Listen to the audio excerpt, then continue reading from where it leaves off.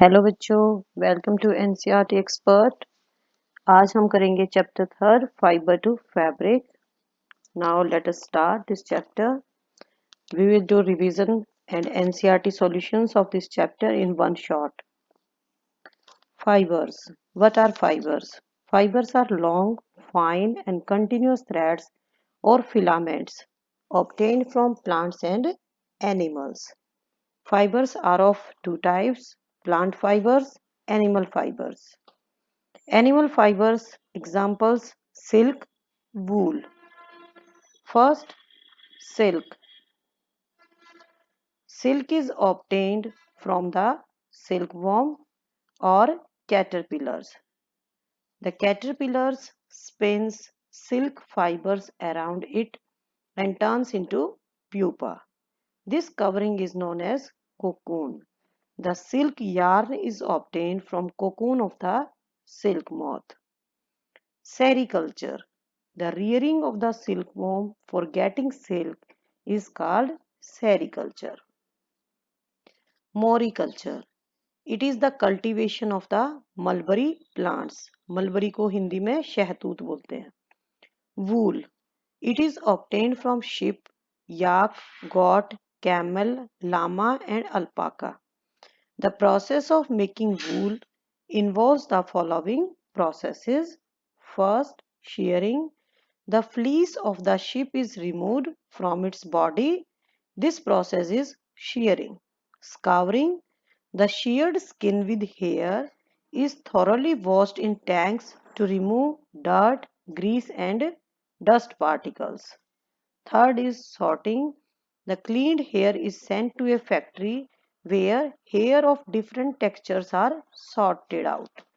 छटनी की जाती है. Picking of burrs. The small fluffy fibers called burrs are picked out from the hair. This wool is drawn into fibers. Dyeing of the fibers. The fibers can be dyed in various colors. Rolling of the fibers to yarn.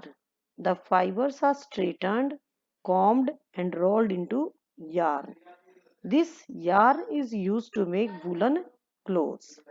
Now we will start its NCERT exercise. You must be familiar with the following nursery rhymes. Ba ba, black sheep, have you any wool?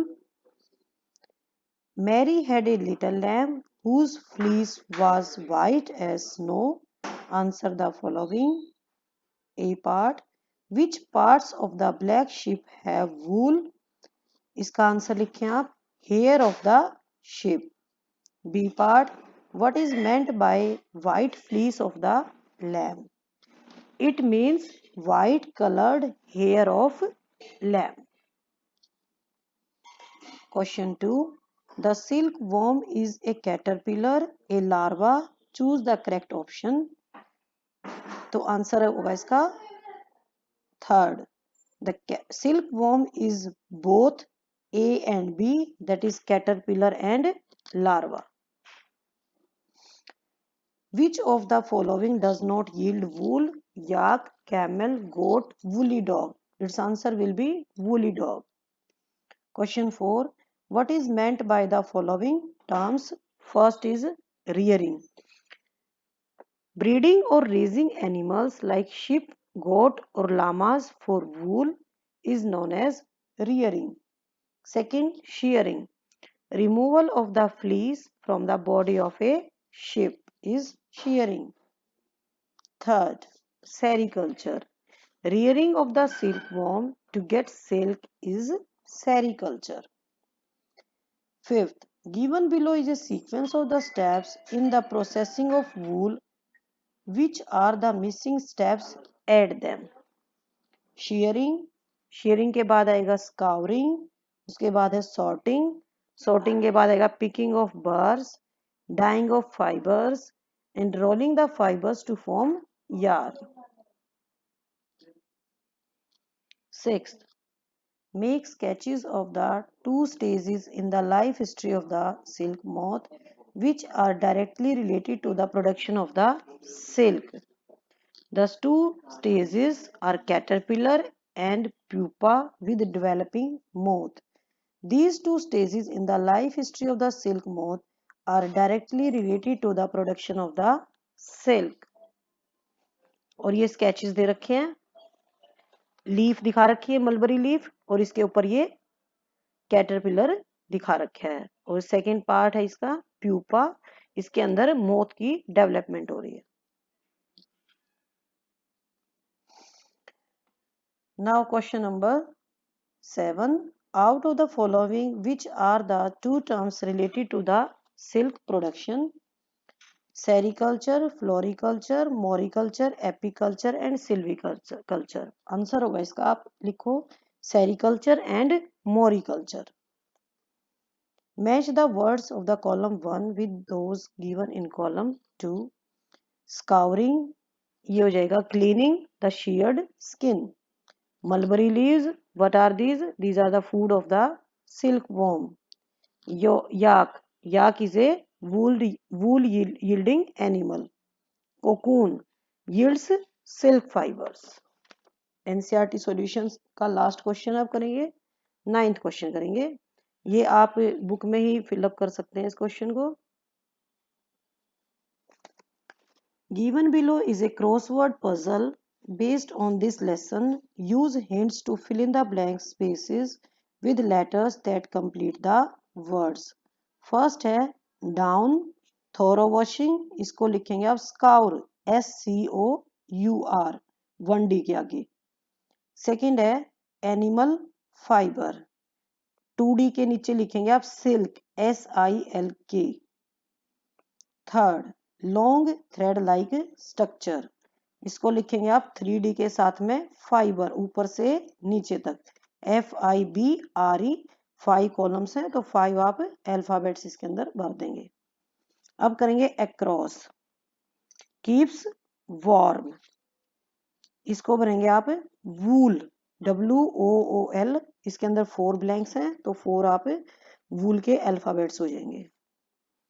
Second its leaves are eaten by silkworm, आपको पता है mulberry leaves खाते हैं silkworm, तो यहाँ पे भर देंगे आप मलबरी, 2A के अक्रॉस में.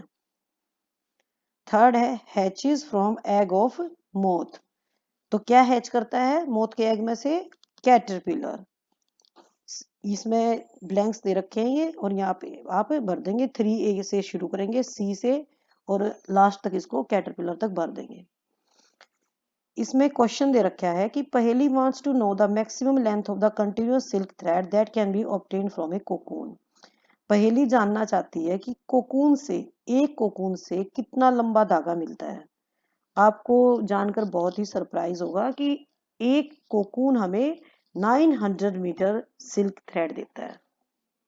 सेकेंड क्वेश्चन है Bujo wants to know why caterpillars need to shed their skin when they grow bigger but we humans do not. Bujo जानना चाहती है कि कैटरपिलर्स अपनी स्किन को क्यों शेड करते हैं जब वे बड़े होते हैं लेकिन ह्यूमन बींग्स नहीं करते. ऐसा इसलिए होता है क्योंकि जो स्किन होती है कैटरपिलर की वो ग्रो नहीं करती, लेकिन जब कैटरपिलर की साइज में ग्रोथ होती है, जब वो ग्रो करता है तो उन्हें उस स्किन के अंदर टाइट फील होता है और वे अपनी स्किन को शेड कर देते हैं, गिरा देते हैं. Skin of the caterpillar never grows. When they grow in size, they feel tight and shed their skin. But in human beings, skin cells also grow. तो हमें अपनी स्किन को शेड करने की जरूरत नहीं होती क्योंकि स्किन सेल्स ग्रो कर रही है. बुजो wants to know why caterpillars should not be collected with bare hands. हमें नंगे हाथों से कैटरपिलर्स, जो सिल्क मोथ के लार्वाज होते हैं, उनको कलेक्ट नहीं करना चाहिए. क्यों नहीं करना चाहिए? Because they are toxic and cause allergy. वे टॉक्सिक होते हैं, जहरीले होते हैं और हमें उनको अगर हाथ से, अगर हम नंगे हाथों से उनको कलेक्ट करेंगे तो हमें एलर्जी हो सकती है. दूसरा कैटरपिलर्स को भी डैमेज हो सकता है, वे भी डैमेज हो सकते हैं जैसे हम नंगे हाथों से उनको टच करेंगे. तो पेपर स्ट्रिप यूज करेंगे आप इसके लिए या फिर कोई क्लोथ पीस यूज कर सकते हैं. आपका चैप्टर फिनिश हो गया है। अगर आपको वीडियो अच्छी लगी है तो लाइक करें और मेरे चैनल को सब्सक्राइब करें। ओके, बाय बाय बच्चों।